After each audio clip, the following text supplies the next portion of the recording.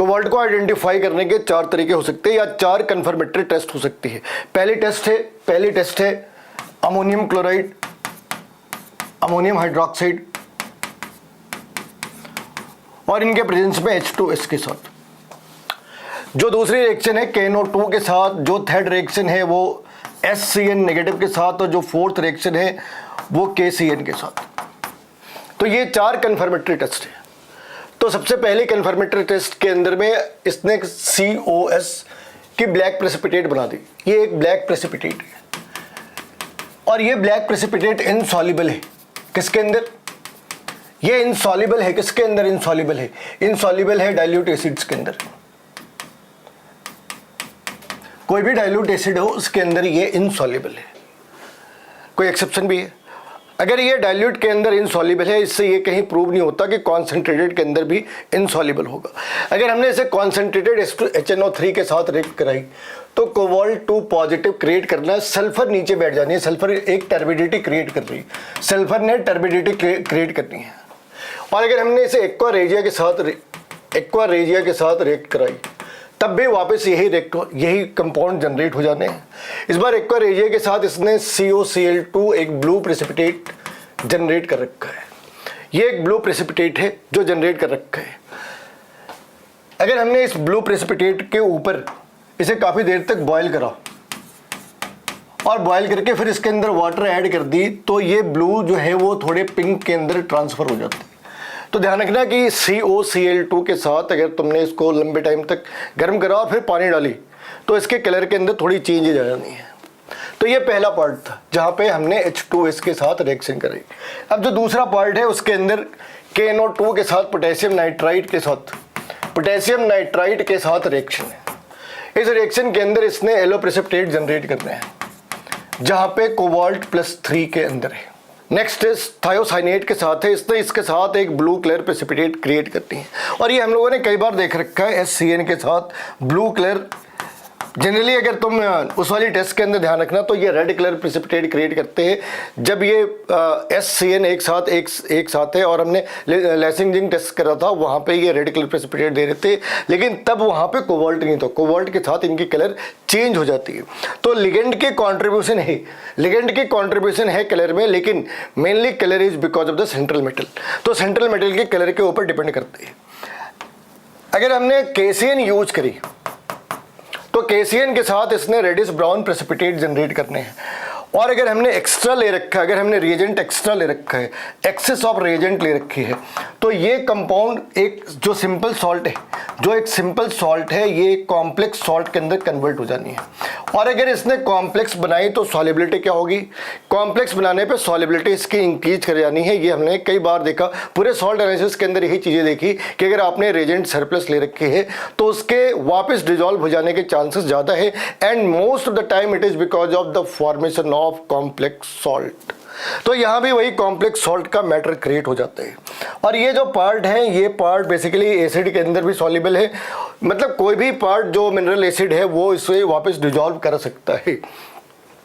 तो अगर हमने इस वाली कंपाउंड पे HCl डाली तो इसने वापस उस सॉल्ट को रीजनरेट कर दिया। ये सॉल्ट रीजनरेट हो गई कब? जब हमने इस वाली सॉल्ट के ऊपर कोई एसिड डाल दी। और अगर हमने इसे लंबे टाइम तक ऑक्सीजन के साथ या H2O2 के साथ गर्म कराओ, अगर हमने इस वाली कंपाउंड को लंबे टाइम तक लॉन्ग एक्सपोजर टू ऑक्सीजन और H2O2 तो इसने येलो प्रेसिपिटेट क्रिएट कर देने। जो टेस्ट कोबाल्ट के साथ है सेम टेस्ट निकल के साथ भी है। कंडीशंस भी ऑलमोस्ट वही है कि वो इनसॉल्युबल है मिनरल एसिड्स के अंदर या डाइल्यूट एसिड के अंदर, but it is soluble in the concentrated HNO3 and aqua regia. तो यहाँ पे भी ऐसे ही है, तुमने देखा होगा इसके साथ भी यही चीज़ थी, अमोनियम हाइड्रोक्साइड। और अमोनियम हाइड्रोक्साइड ने यहाँ पे एक ब्लैक प्रेसिपिटेट क्रिएट करा था जो सॉल्युबल थी किसके अंदर? एक्वा रेजिया और कॉन्सेंट्रेटेड HNO3 के अंदर। एक बार फिर से वही रिएक्शन है इस वाली जगह पे। NiCl2 अमोनियम हाइड्रोक्साइड इसने ब्लैक प्रेसिपिटेट जनरेट कर दी which is insoluble in water और एसिड। Dilute acid. लेकिन कॉन्सेंट्रेटेड एसिड के साथ ऐसी प्रॉब्लम नहीं। कॉन्सेंट्रेटेड एसिड के साथ और एक्वा रेजिया के साथ ये सॉल्युबल है। और इसने यहाँ पे सल्फर जनरेट कर दी। अगर तुमने लॉन्ग टर्म तक हिट करा तो सल्फर की जो प्रेसिपिटेशन है वो विजिबली दिख जाती है। जो सेकंड टेस्ट है वो डीएमजी के साथ है, डाइमिथाइल ग्लाइकोजाइम। तो इसके स्ट्रक्चर, डाइमिथाइल ग्लाइकोजाइम के स्ट्रक्चर इस तरीके से है, ये इस तरीके से, ये डीएमजी है। और अगर डीएमजी ने निकल के साथ रिएक्ट करा, तो उसने ये कंपाउंड क्रिएट करनी है। दो जगह हाइड्रोजन बॉन्ड बनने हैं, एक ये और एक ये। तो मैं इस चीज़ का ध्यान रखना है कि हर बार डोनेट नाइट्रोजन ने करे, इस नाइट्रोजन ने इलेक्ट्रॉन डोनेट करे, ऐसे 2 मॉलिक्यूल्स कंबाइन कर रहे हैं और इसने इस तरीके की कंपाउंड बनाई। और ये लैब के अंदर तुम्हें कैसा दिखेगा, ये देखो, ये लैब के अंदर तुम्हें बिल्कुल इस तरीके का दिखेगा। ये लैब के अंदर तुम्हें रेड कलर का, ब्लड रेड जैसा तुम्हें दिखेगा। तो यहाँ पे शॉर्टकट में इस वाले फॉर्मूले को लिखते हैं, मगर तुम्हें इस वाले फॉर्मूले की आदत होनी चाहिए। कोऑर्डिनेशन कंपाउंड के अंदर वो इसके स्ट्रक्चर ड्रॉ कर देते हैं, कई बार पूछते हैं इनमें से कौन सा इनकरेक्ट है। तो नाइट्रोजन ने इलेक्ट्रॉन डोनेट करे हैं, ऑक्सीजन ने इलेक्ट्रॉन डोनेट नहीं करे, इस चीज का ध्यान रखना। It's a nitrogen that has been bonded with the metal, it's not the oxygen और एनी अदर एलिमेंट। तो यहाँ पे एरो का ध्यान रखना है, 2 मॉलिक्यूल्स ले रही है और 2 जगह हाइड्रोजन बॉन्डिंग है। तो इन चीज़ों का तुम्हें ध्यान रखना है। जो नेक्स्ट पार्ट है कि अगर हमने इस वाली NaCl को एक्सेस ऑफ बेस के अंदर ले रखी है, फिर क्या होना है। तो यहाँ पे अगर तुमने एक्सेस ऑफ बेस के साथ ले रखी है तो ये ग्रीन कलर के प्रेसिपिटेट बन जाने हैं। और अगर तुमने ब्रोमीन वाटर यूज करी, वहां पे भी वापस यही होना है, ये ग्रीन कलर के प्रेसिपिटेट बन जाने हैं। नेक्स्ट ग्रुप या सेकंड लास्ट ग्रुप, इस वाले ग्रुप के अंदर हमने क्या करना है, इस वाले ग्रुप के अंदर जो रिएजेंट है वो कार्बोनेट है। यानी हमने अमोनियम हाइड्रोक्साइड और अमोनियम क्लोराइड को वाइप आउट नहीं करा, उसे बाहर नहीं निकाली, उसके अंदर हमने अमोनियम कार्बोनेट यूज करे। इसने व्हाइट प्रेसिपिटेट दिए। अब ये कोइंसिडेंस है कि तीनों के ही व्हाइट प्रेसिपिटेट है। इसे शॉर्टकट में लिख सकते हैं BSc, बैचलर ऑफ साइंस। अगर कुछ हुआ तो ये व्हाइट प्रेसिपिटेट बनने हैं, अगर नहीं बने तो ग्रुप 6 के लिए प्रोसीड करना है। तो इस वाली केस में हमने देखा कि भाई BSc करी, अब यहाँ पे 3 अपने सॉल्ट बन सकते हैं, तीनों के तीनों व्हाइट प्रेसिपिटेट है। तो हमने क्या करा, इसे एसिटिक एसिड के अंदर डिजॉल्व करी और इसके 3, मतलब इस वाली पार्ट को एसिडिक एसिड के अंदर डिजॉल्व करी और इसे 3 अलग अलग पार्ट में डिवाइड कर लिया। पहली बार हमने ऐड करी K2CrO4, दूसरे पार्ट में अमोनियम सल्फेट और तीसरे पार्ट में अमोनियम ऑक्जेलेट, ये सल्फेट और ये ऑक्जेलेट। और मीडियम कौन सा ले रखा है, मीडियम ले रखी है ऑक्जेलिक एसिड, एसिडिक मीडियम है। अब होने क्या है, जो एसिडिक मीडियम, जो एसिडिक एसिड के अंदर सॉल्युबल है वो तो डिजॉल्व हो जाने हैं, लेकिन जो एसिडिक एसिड के अंदर इनसॉल्युबल है उसके प्रेसिपिटेट आने हैं। पहले सबके व्हाइट प्रेसिपिटेट थे, अब ये देखना है कि अब क्या हो रहे हैं। तो अगर हमने क्रोमेट को यूज करा तो बाकी 2 अगर है भी तो उनके क्रोमेट एसिटिक एसिड के अंदर सॉल्युबल है, लेकिन बेरियम के नहीं। तो अगर बेरियम के सॉल्युबल नहीं है तो बेरियम की येलो प्रेसिपिटेट हमें मिल जानी है। देखो इसी सीक्वेंस में चीजें मिलनी है, B फॉर बेरियम। अब हमने अगली पार्ट के अंदर, अब इस वाली केस के अंदर अपने पास हमने सल्फेट यूज करे और जिसके सल्फेट एसिडिक एसिड के अंदर इनसॉल्युबल होंगे वो प्रेसिपिटेट हो जाने हैं, अदरवाइज नहीं होना। तो इस वाली केस में हमने स्ट्रॉन्सियम के सल्फेट फाइंड आउट करे, कोइंसिडेंस है कि ये व्हाइट है। नेक्स्ट टाइम पे ऑक्जेलेट यूज करा, कैल्शियम ऑक्जेलेट व्हाइट प्रेसिपिटेट है विच is insoluble in acetic acid. तो हमने यहाँ पे तीनों चीजों को इस वाली ऑर्डर में, पहले बेरियम, फिर स्ट्रॉन्सियम और फिर कैल्शियम। बेरियम के लिए हमने जो क्रोमेट है, क्रोमेट यूज करा। स्ट्रॉन्सियम के लिए सल्फेट यूज करे और कैल्शियम के लिए ऑक्जेलेट यूज करे। तो इसका हमें ध्यान रखना है, इस रेजेंट का ध्यान रखना है। ये रेजेंट अगर तुमने उल्टी कर दी तो कहानी खराब हो सकती है। बेरियम, स्ट्रॉन्सियम और कैल्शियम के पहले टेस्ट तीनों के एक जैसे हैं, जहां से हमें शक होता है कि इनके अंदर ये 3 के एलिमेंट हो सकते हैं। अगले स्टेज के अंदर उसके कंफर्मेटरी टेस्ट के, तो पहले टेस्ट में देखो बेरियम क्लोराइड के साथ, बेरियम क्लोराइड पहले टेस्ट के अंदर, बेरियम क्लोराइड इस वाली टेस्ट के साथ, स्ट्रॉन्सियम क्लोराइड इस वाली टेस्ट के साथ और कैल्शियम क्लोराइड। इन तीनों ही केस के अंदर क्या ले रखा भाई, अमोनियम कार्बोनेट ले रखा, अमोनियम कार्बोनेट। और इन तीनों ने ही व्हाइट प्रेसिपिटेट जनरेट करना, व्हाइट प्रेसिपिटेट। और ये जो व्हाइट प्रेसिपिटेट है, this is not soluble in mineral, this is soluble in acetic acid, तो यहाँ देखोगे ये सॉल्युबल है, एसिडिक एसिड के अंदर सॉल्युबल है, इसकी सॉल्युबिलिटी बढ़िया नहीं है। वैसे ही यहाँ पे भी ये कंपाउंड एसिटिक एसिड के अंदर सॉल्युबल है, और अगर तुमने इस वाली चीज को यहाँ पे यूज करा तो यहाँ भी इसकी सॉल्युबिलिटी बढ़ जानी है। तो पहले पार्ट के अंदर तीनों एक जैसे, पहले पार्ट के अंदर तीनों एक जैसे है, व्हाइट प्रेसिपिटेट है और सबके सब जो एसिटिक एसिड है उसके अंदर सॉल्युबल है। लेकिन जो दूसरी पार्ट है जहां से हम इसे कंफर्म करते हैं उस वाली केस के अंदर डिफरेंसेस है।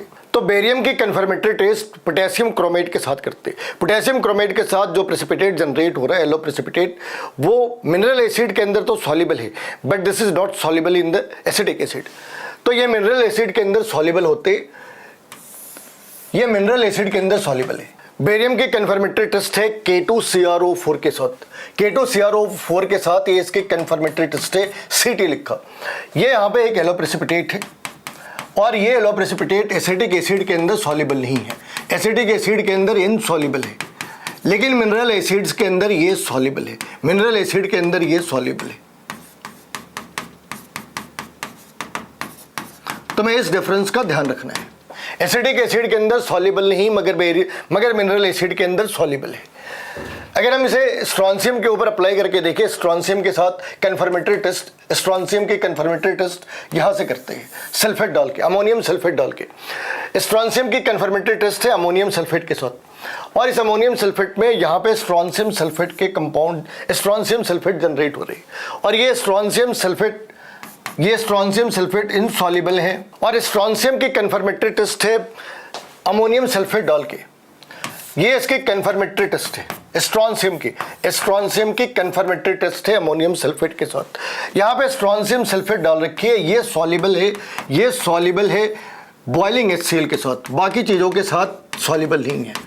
HCl नॉर्मल हो जब भी सॉल्युबल नहीं है, डाइल्यूट हो, कॉन्सेंट्रेटेड हो, नॉर्मल टेम्परेचर पे हो तो सॉल्युबल नहीं है, लेकिन अगर बॉइलिंग HCl के साथ यूज करा तो इसकी सॉल्युबिलिटी बढ़ जानी है। अब अगर कैल्शियम आयन डिटेक्शन की बात करें तो यहाँ पे जो कैल्शियम क्लोराइड है, अगर अमोनियम कार्बोनेट के साथ यूज करा तो व्हाइट प्रेसिपिटेट जनरेट करते हैं। ये व्हाइट प्रेसिपिटेट है जो कई बार हम लोगों ने पढ़ी, और ये व्हाइट प्रेसिपिटेट एसिटिक एसिड के अंदर सॉल्युबल है। इस व्हाइट प्रेसिपिटेट को एसिटिक एसिड के साथ डालिए तो कैल्शियम एसिटेट बन जाने हैं। लेकिन अगर इसे ऑक्जेलेट के साथ रिएक्ट करा, अगर इसी चीज़ को ऑक्जेलेट के साथ रिएक्ट करा तो एक वाइट प्रेसिपिटेट जनरेट हो जाने हैं, और ये वाइट प्रेसिपिटेट इनसॉल्युबल है किसके अंदर, इनसॉल्युबल है किसके अंदर, एसिडिक एसिड के अंदर, but it is soluble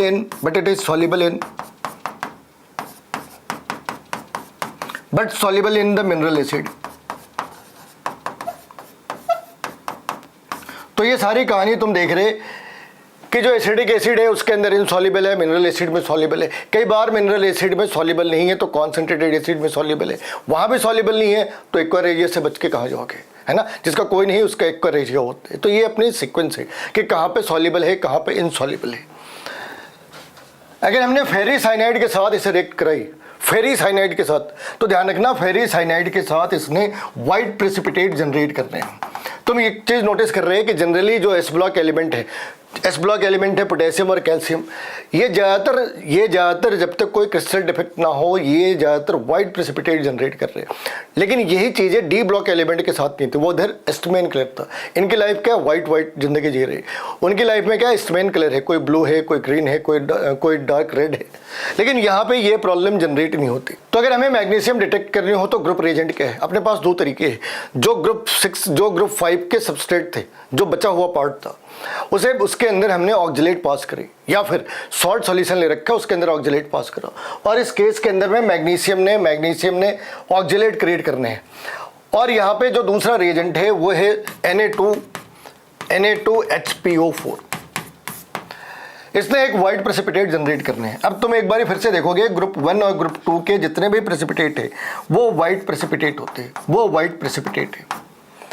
magnesium hydroxide हो तो 0 ग्रुप, या NH4 पॉजिटिव के टेस्ट के लिए या तो 0 ग्रुप लिखो या फिर NH4 पॉजिटिव के टेस्ट के बारे में बातें करें। तो 4 तरीके हो सकते हैं इसे आइडेंटिफाई करने के।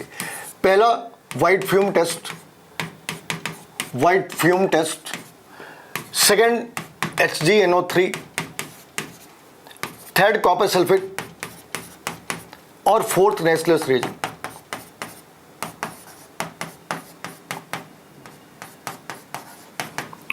इस वाले में क्या करते, अगर अमोनियम सॉल्ट है तो उसे कॉन्सेंट्रेटेड HCl के साथ रिएक्ट कराते हैं।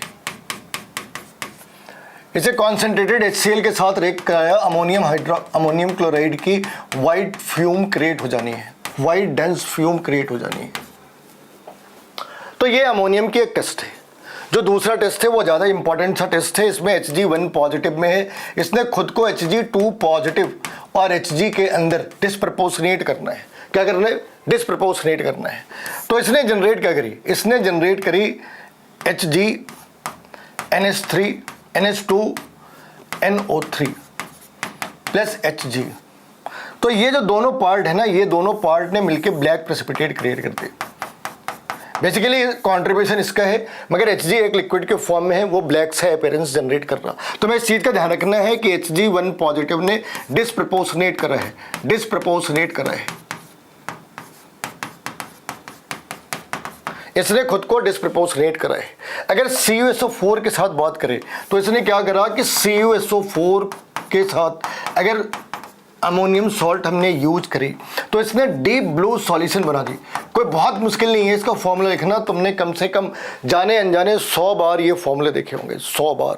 कैसे, कौन सा फॉर्मूला यूज करा तुमने? तो तुमने यूज करा CuNH3 या फिर अगर SO4 लिखने में तकलीफ आ रही तो तुम इसे ऐसे लिख सकते CuNH3 2 पॉजिटिव। ये डीप ब्लू सॉल्यूशन है। नेस्लेस रिएजेंट के साथ हमें पता है कि नेस्लेस रिएजेंट के साथ क्या करना है।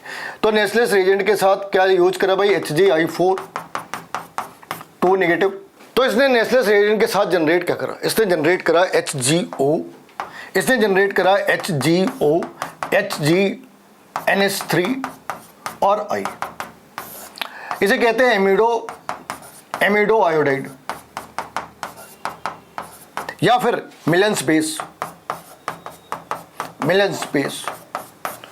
तो ये अमोनियम आयन NH4 पॉजिटिव जो 0 ग्रुप का है, उसे आइडेंटिफाई करने के तरीके हैं, 4 तरीके हो सकते हैं। It can be either by the concentrated HCl और बाय यूजिंग HgNO3 और बाय CuSO4 और by Nessler's reagent. So these are the 4 different method to establish that it's a ammonium salt.